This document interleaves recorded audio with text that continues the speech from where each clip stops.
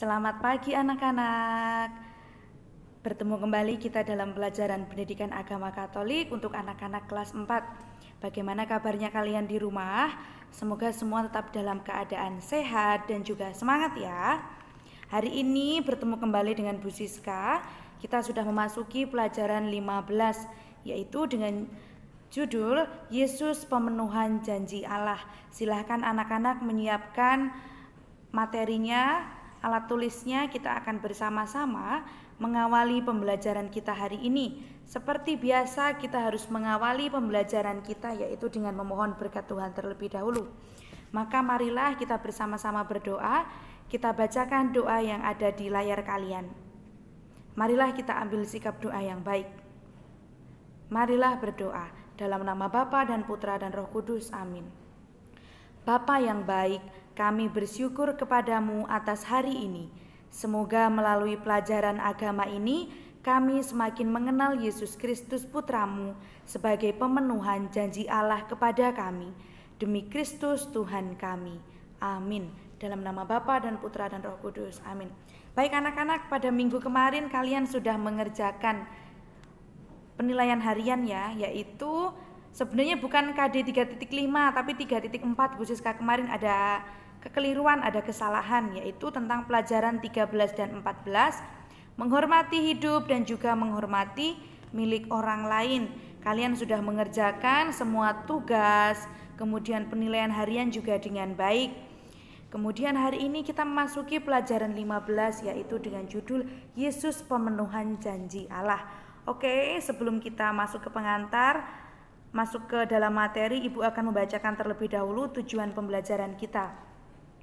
Yang pertama adalah memiliki sikap peduli kepada sesama dengan meneladan Yesus sebagai Mesias. Yang kedua, menjelaskan tindakan Allah yang menunjukkan pemenuhan janjinya kepada bangsa Israel. Yang ketiga, menjelaskan hubungan janji Allah kepada bangsa Israel dengan kelahiran Yesus Kristus. Nah, kita mengingat materi yang semester 1 yaitu bagaimana peristiwa bangsa Israel diselamatkan atau Allah begitu setia mendampingi bangsa Israel. Nah, ini kita akan mengulas kembali dalam materi kita yang ke-15 ini, seperti itu ya. Nah, nih anak-anak, sekarang Ibu bertanya, apakah anak-anak pernah membuat janji dengan teman, dengan mama, papa, kakak atau adikmu di rumah? Pasti pernah. Pasti anak-anak pernah berjanji dengan teman atau dengan anggota keluarga di rumah. Nah, anak-anak ketika sudah berjanji, anak-anak berusaha untuk menepati tidak? Atau pura-pura melupakan janji tersebut? Nah, hari ini kita akan belajar bagaimana sebuah perjanjian itu harus kita laksanakan, harus kita penuhi. Apa yang sudah kita janjikan kepada orang lain, kepada teman kita harus kita laksanakan, harus kita penuhi. Pada umumnya, janji atau perjanjian merupakan kesepakatan antara dua pihak, di mana pihak yang satu berkewajiban memenuhi kesepakatan dan pihak yang lain berkewajiban memenuhi isi janjinya.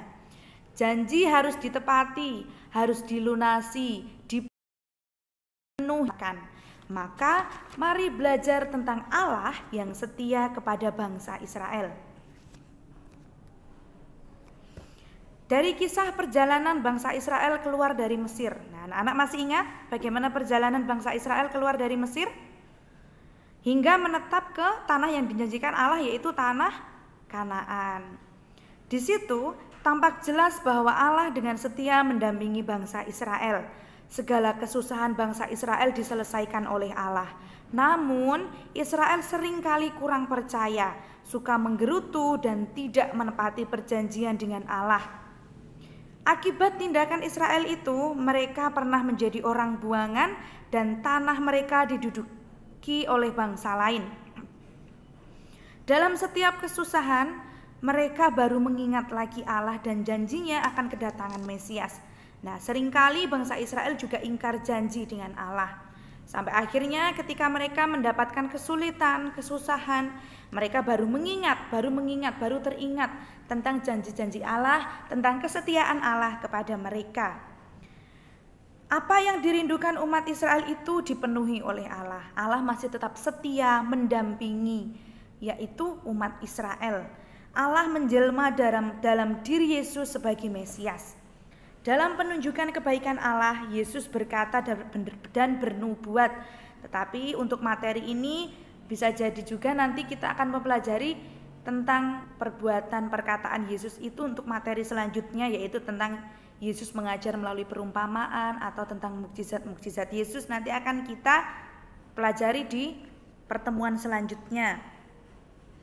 Pemenuhan janji Allah kepada bangsa Israel ini diawali dengan peristiwa penyampaian kabar malaikat Gabriel kepada Zakaria bahwa Elisabet, yaitu istri Zakaria yang sudah tua itu akan mengandung seorang bayi laki-laki, yaitu Yohanes Pembaptis, yang akan membuka jalan untuk kedatangan Yesus Kristus Sang Mesias. Nah, janji Allah ini semakin nyata, semakin terwujud dalam peristiwa kunjungan malaikat utusan Allah kepada Maria. Malaikat siapa? Malaikat Gabriel. Maria adalah seorang gadis sederhana, tekun berdoa dari Nazaret.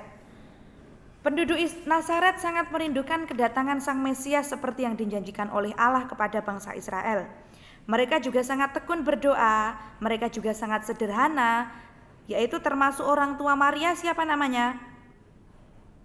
Yoakim dan Anna, itu adalah nama orang tua Maria.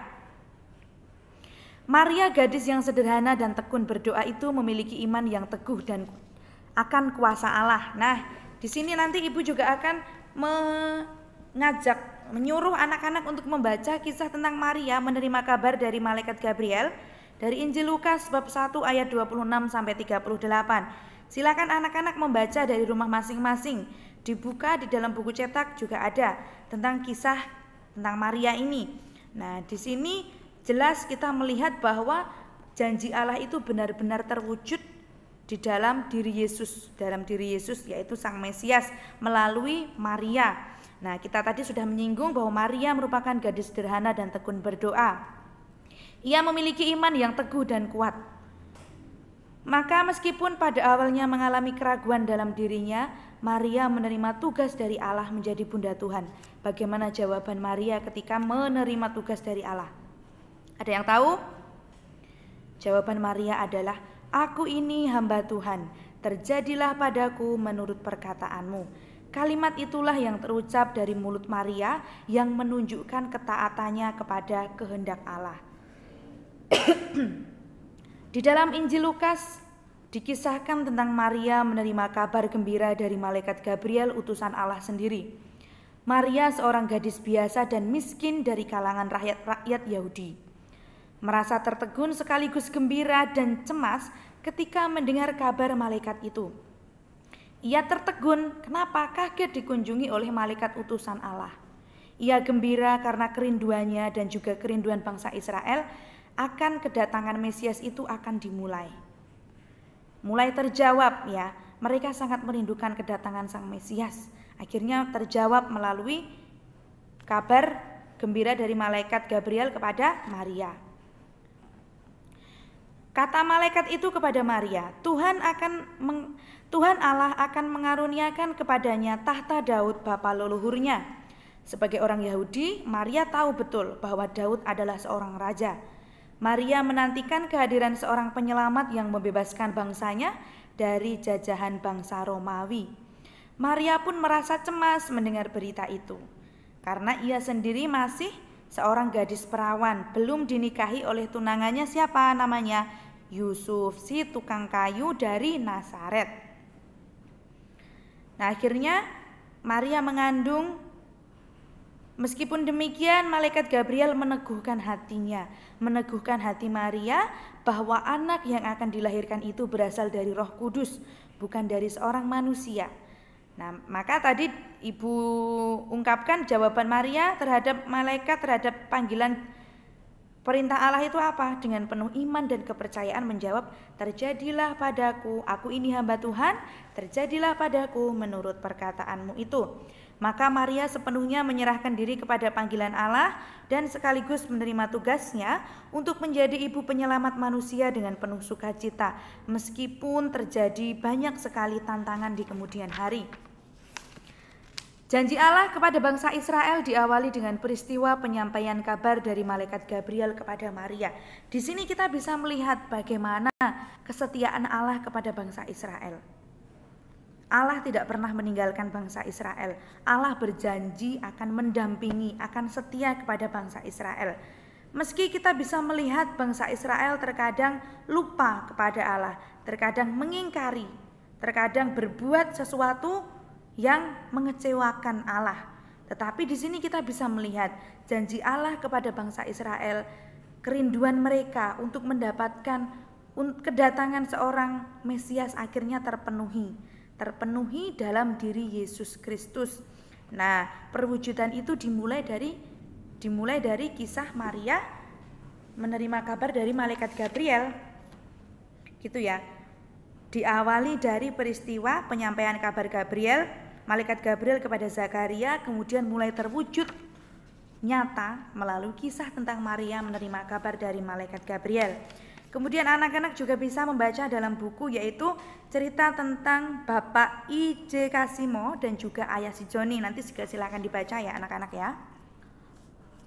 Kemudian Ibu tidak akan membacakan bacaan kitab suci. Anak-anak silahkan membaca sendiri bacaan tentang kisah Maria. Ibu yakin anak-anak sudah sering sekali mendengarkan bacaan tersebut. Anak-anak sering sekali disinggung tentang materi tentang Maria menerima kabar dari malaikat Gabriel. Anak-anak pasti sudah paham tentang itu. Tapi yang harus kita pelajari, yang harus ditekankan pada hari ini adalah bagaimana kita melihat Allah begitu mencintai umatnya.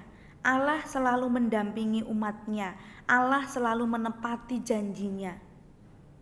Jika Allah menepati janjinya, begitu pula kita harus meneladani dengan dalam kehidupan kita sehari-hari. Apabila kita berjanji dengan teman, dengan orang tua, kita berusaha untuk menepati janji tersebut. Jika Allah selalu menepati janjinya, kita pun seharusnya setia terhadap janji yang kita ucapkan. Misalnya janji siswa atau janji pelajar. Kalau hari Senin sebelum pandemi, anak-anak selalu mengikuti upacara bendera, di situ ada janji pelajar. Janji pelajar, anak-anak mengucapkan janji itu ya. Nah, janji-janji itu anak-anak harus memenuhi, harus melaksanakan apa yang sudah diucapkan. Janji baptis bagi anak-anak yang beragama Katolik yang sudah dibaptis. Kemudian janji kepada teman, janji-janji lain yang membuat kita semakin dewasa dan bertanggung jawab. Kalau kita menepati janji, artinya kita bertanggung jawab terhadap apa yang kita ucapkan. Janji yang kita ucapkan itu. Paham ya anak-anak sampai sini ya? Jika suatu janji itu ditepati, maka akan tercipta sikap percaya dan pasti akan ada suasana gembira. Kemudian sebaliknya, jika janji tidak ditepati, maka akan tercipta kekecewaan, akan tercipta perpecahan, yang pasti kedua belah pihak yang awalnya melakukan perjanjian itu pasti akan kecewa, akan merasa dirugikan. Salah satu pasti akan merasa dirugikan. Akan tercipta apa yang namanya kekecewaan apabila janji itu tidak ditepati. Seperti itu ya. Kemudian di sini ibu menuliskan pula poin-poin akibat jika suatu janji tidak ditepati. Membuat orang merasa kecewa dan sedih. Apakah mau membuat orang merasa kecewa dan sedih karena perbuatanmu sendiri, karena kamu mengingkari janji, tidak menepati janji? Nah, tentu di sini anak-anak tidak mau membuat orang merasa kecewa dan sedih ya. Kemudian menimbulkan perpecahan. Bagaimana maksudnya? Ketika hubungan kalian baik-baik saja, tetapi karena kalian tidak menepati janji, akhirnya terjadi perpecahan, hubungan kalian renggang, menjauh. Nah, seperti itu. Kemudian tidak lagi mendapatkan kepercayaan. Sekarang siapa yang mau percaya dengan orang yang berbohong? Apakah kamu mau percaya dengan orang yang tidak menepati janji? Nah, pasti anak-anak menjawab tidak mau. Nah, seperti itu akibat-akibat yang akan ditimbulkan, yang akan kita terima jika kita tidak menepati janji. Jika suatu janji itu tidak ditepati, seperti itu.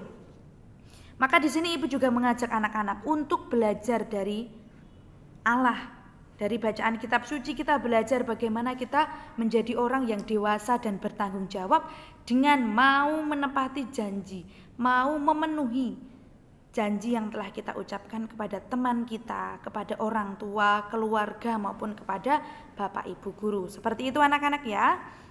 Baik anak-anak, silahkan nanti anak-anak setelah mendengarkan penjelasan dari Bu Siska, membaca bacaan kitab suci, kemudian cerita-cerita yang ada di dalam buku cetak. Oke? Apabila ada suatu hal yang anak-anak kurang mengerti, silakan anak-anak menghubungi Bu Siska. Silakan anak-anak memberi kabar, bertanya kepada Bu Siska. Oke? Maka dari itu, silakan anak-anak melanjutkan belajar sampai bertemu minggu depan. Tetap semangat, jaga kesehatan ya. Di rumah rajin juga belajarnya, dikurangi untuk main-main HP atau main game. Sampai bertemu minggu depan, Tuhan memberkati.